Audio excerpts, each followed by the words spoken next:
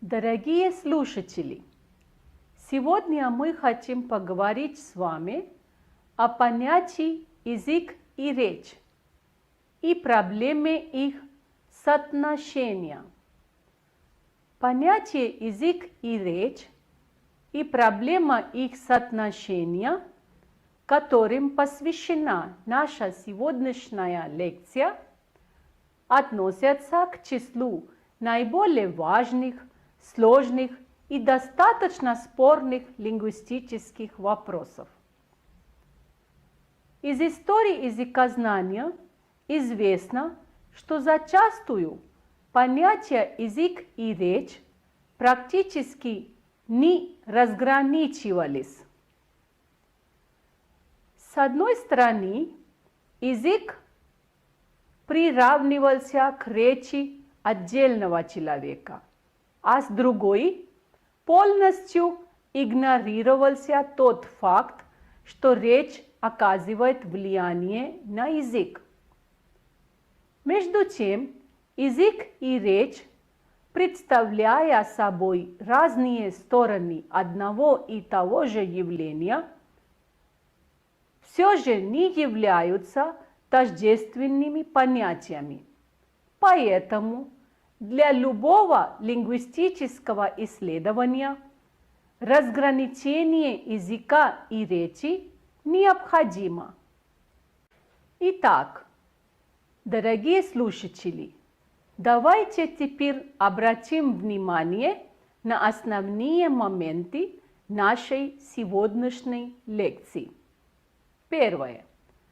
Как соотносятся между собой такие понятия, как язык и речь? Второе. Различались ли между собой в истории языкознания язык и речь? Третье. Можно ли считать тождественными друг другу понятия язык и речь? Четвертое. Различные точки зрения известных филологов о соотношении между собой языка и речи. Пятое. В чем выражается единство языка и речи? Соотношение понятий язык и речь. Понятие язык и речь и проблема их соотношения с давних времен привлекают внимание различных ученых. Эта проблема считается одной из сложных и дискуссионных.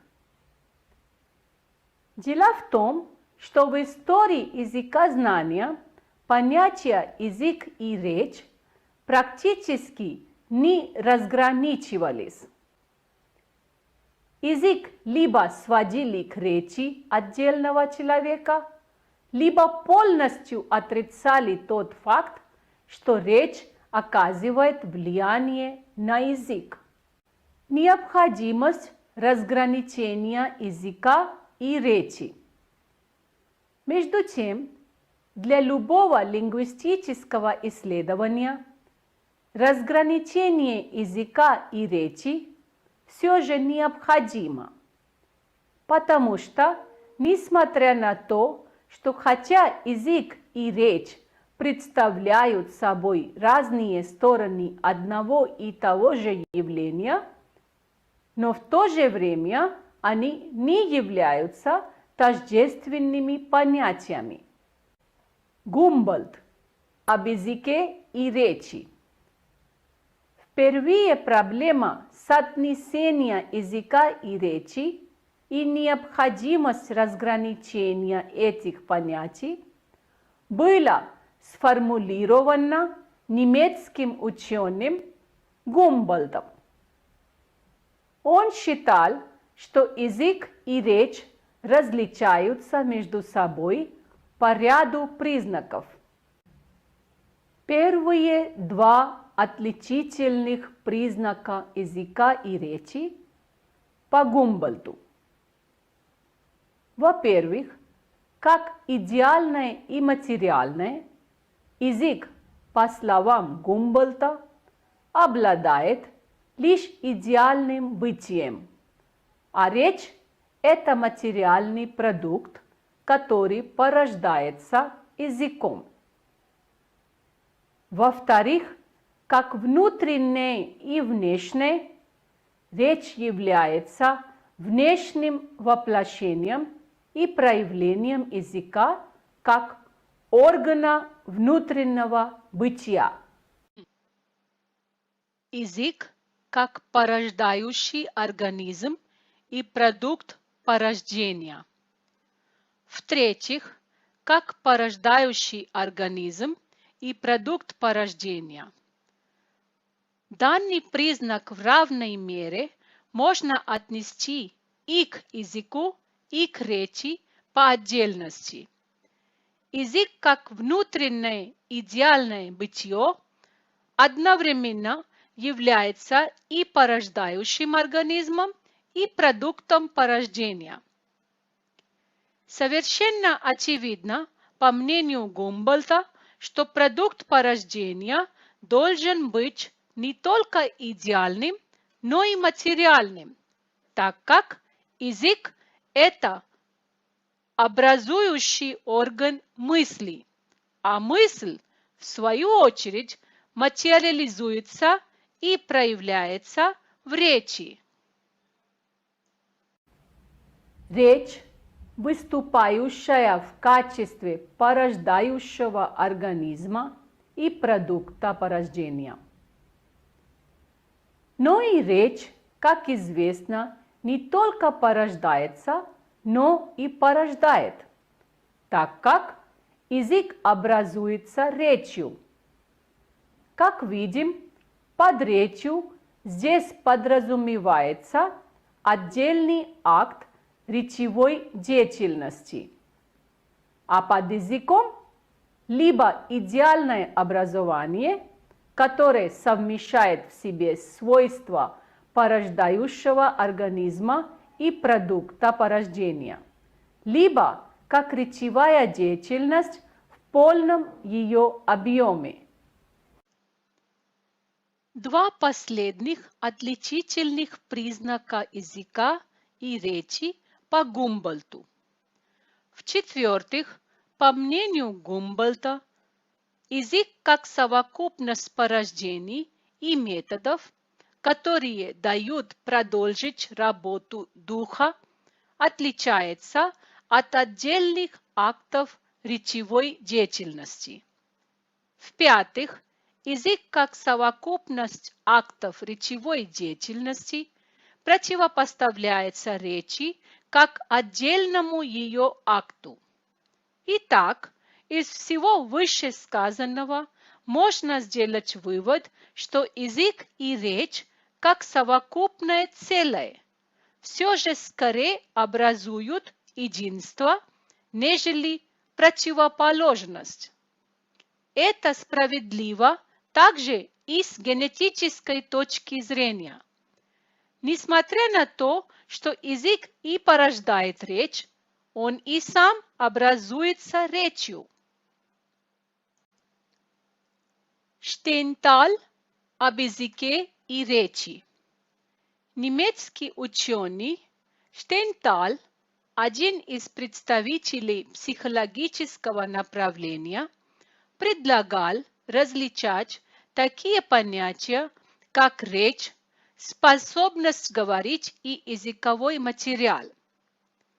Предметом языкознания, как психологической науки, он считал не просто язык, а язык вообще, под которым понимал и речь, то есть говорение, и речевую способность, то есть способность говорить, и любой отдельно взятый язык, при помощи которого может осуществляться речевая деятельность. Причем, говоря о речи как психическом явлении, он отмечал, что в первую очередь необходимо изучать индивидуальную речь каждого человека. Отсюда следует, что и язык в его понимании тоже рассматривался как индивидуально-психическое образование. Даже простые звуки, артикуляция, по мнению Штенталя, обусловлены духовным началом.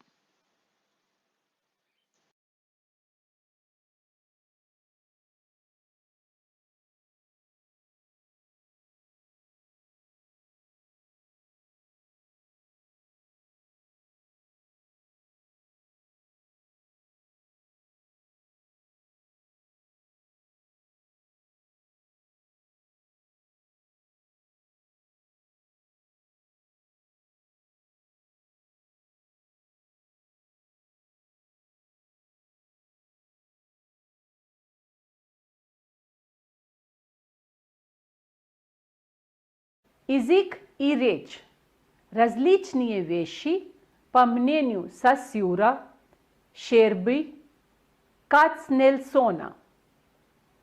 В отличие от Гумбольда, который первым высказал мнение о том, что необходимо противопоставлять такие понятия, как язык и речь, швейцарский языковед Сосюр и русский лингвист Щерба, можно сказать, первыми дали теоретическое обоснование разграничения языка langue и речи parole.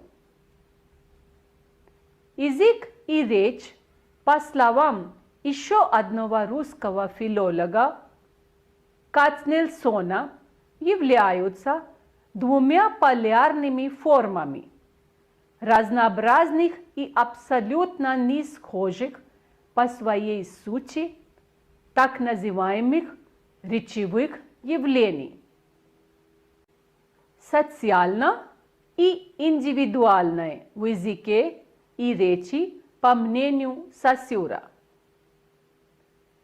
Будучи явлением социальным, язык как совокупность языковых навыков, которые позволяют людям понять друг друга, по словам Сосюра, должен противопоставляться речи, которая рассматривается как индивидуальное явление и не является внутренним свойством. Две части внутренней лингвистики по Сосюру. Разграничение языка и речи позволили, в свою очередь, Сосюру разделить внутреннюю лингвистику на две части. Он считал, что одна из них является основной, чисто психической наукой, которая занимается изучением языка как социального явления, не зависящего от индивида. Вторая часть лингвистики второстепенная или психофизичная. Ее предметом становится индивидуальная сторона речи, которая включает в себя и фонацию, то есть активизацию всех органов речи, которые принимают непосредственное участие в процессе артикуляции звуков. Отличие лингвистики речи от отличия языка.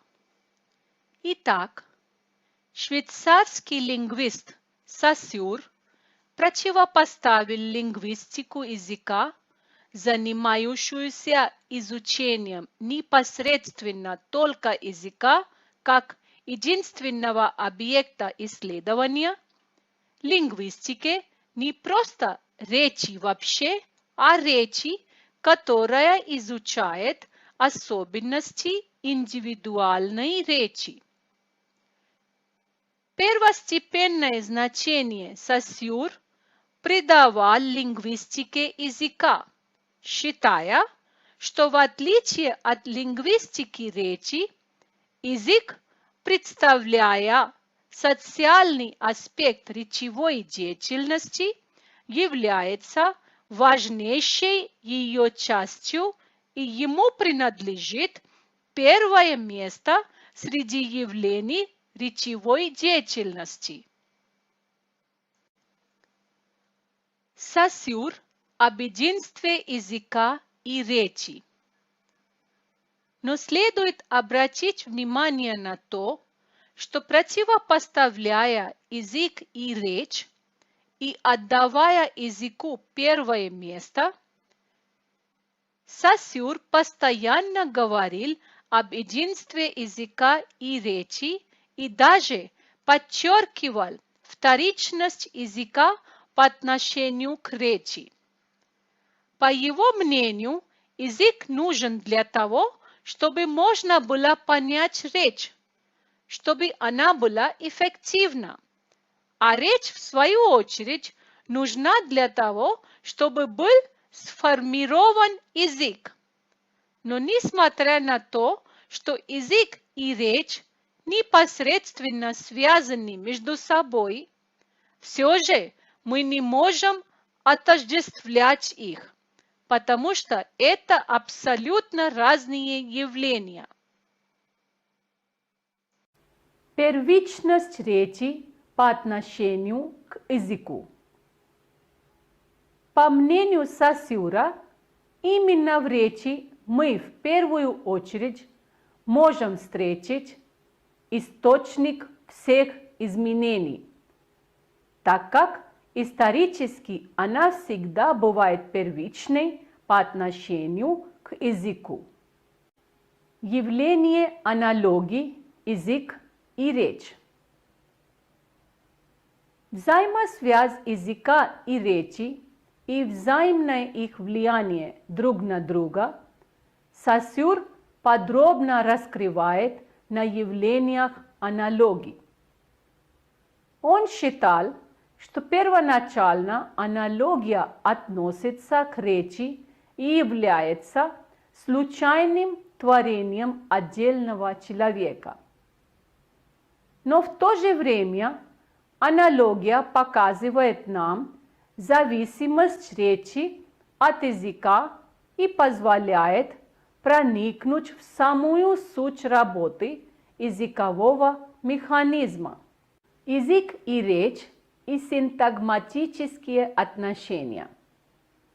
Кроме того, взаимосвязанность и взаимозависимость языка и речи отчетливо проявляется в синтагматических отношениях, которые, возникая в речи, находятся во взаимозависимости с локализующимися в мозгу ассоциативными отношениями и опираются на них.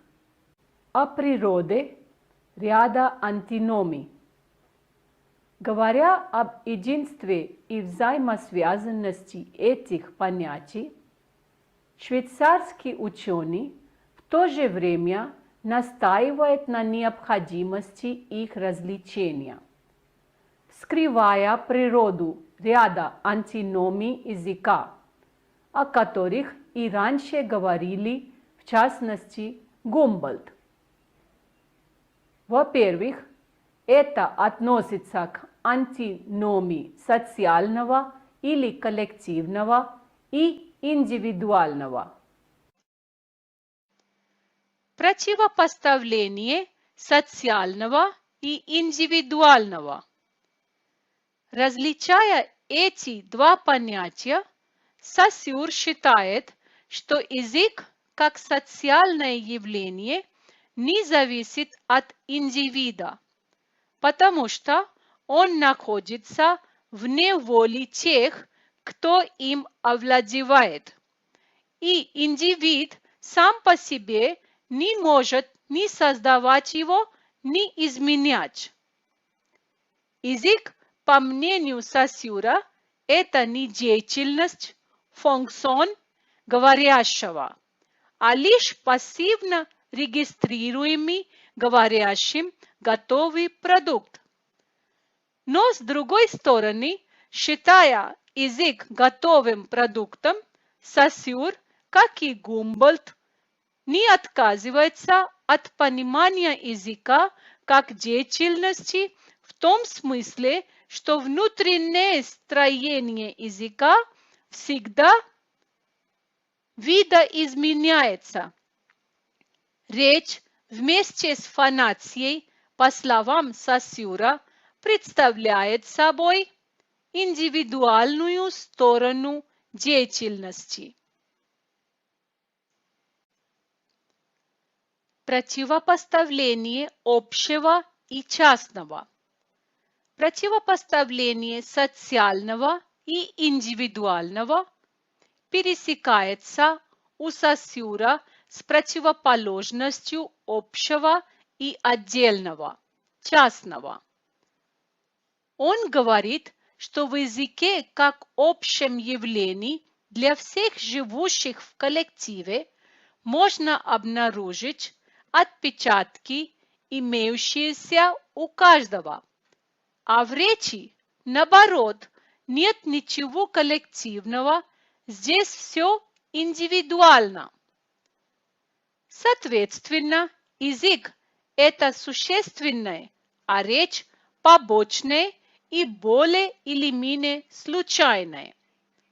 Так как язык существует в головах его носителей, то в нем можно усмотреть единство индивидуального и социального, отдельного и общего, а также части и целого.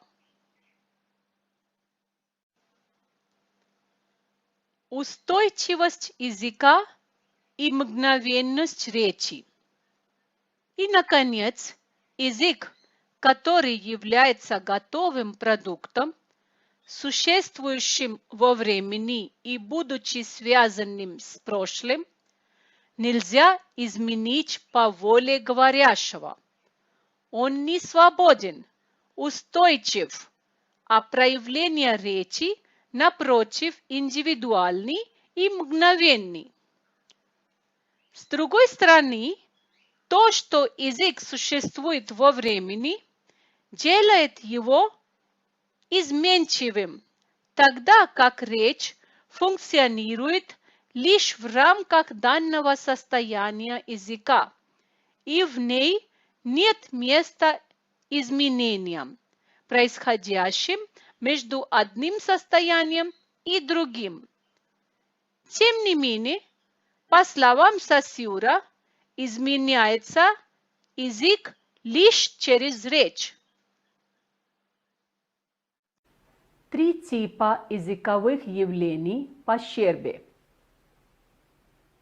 Щерба, в отличие от Сосюра, предложил различать в языкознании 3 типа явлений языка. Во-первых, это процесс говорения и понимания, которые он назвал речевой деятельностью. Во-вторых, словарный состав языка и его грамматику, представляющие собой языковую систему. И в-третьих, весь тот языковой материал, который необходим в процессе общения для говорения и понимания. Другими словами, это тот языковой материал, который в современной лингвистике называется текстами. Понимание речи как индивидуального явления. В современном языкознании уже давно существует мнение, что язык – это своего рода особая система знаков, которая необходима для того, чтобы ее в соответствии с замыслами говорящего активно использовали в речи как индивидуальном психофизическом явлении. Таким образом, речь, где особое внимание уделяется каждому конкретному человеку, понимается как нечто индивидуальное, использующееся в качестве средства общения отдельных индивидов. Речь, по мнению Звягинцева, представляет собой совокупность всего субъективного, которое проникает в объективную систему языка. Язык как инвариант. В настоящее время многие лингвисты рассматривают язык как некий инвариант, то есть неизменяемая устойчивая часть речевого явления, а речь как вариантные изменяемые воплощения языка. Кроме того, не следует не замечать и изменяемости самих языковых средств коммуникации и определенных неизменяемых алгоритмов построения конкретных речевых актов. Об единстве языка и речи. По мнению известного русского лингвиста Кацнельсона, говорящему в зависимости от того, что хочет сообщить, приходится отбирать в языке все самое необходимое, то есть язык вливается в речь фрагментарно, по частям. В речи же эти фрагменты языка используются как нечто особое, необычное для построения того или иного текста. Язык и речь – это разные, но в то же время взаимосвязанные и взаимозависимые явления. Их не следует противопоставлять, потому что они являются двумя сторонами одного и того же понятия, которое обеспечивает коммуникацию и мышление людей. Итак, дорогие слушатели, давайте вспомним, о чем мы говорили сегодня в нашей лекции. Первое. Язык и речь различаются. Второе. Язык и речь не тождественны друг другу. Третье.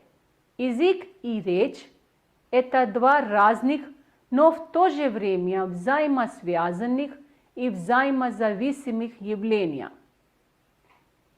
Четвертое. Язык и речь друг без друга не могут ни существовать, ни функционировать. Пятое. Понятия язык и речь соотносятся как общее и частное.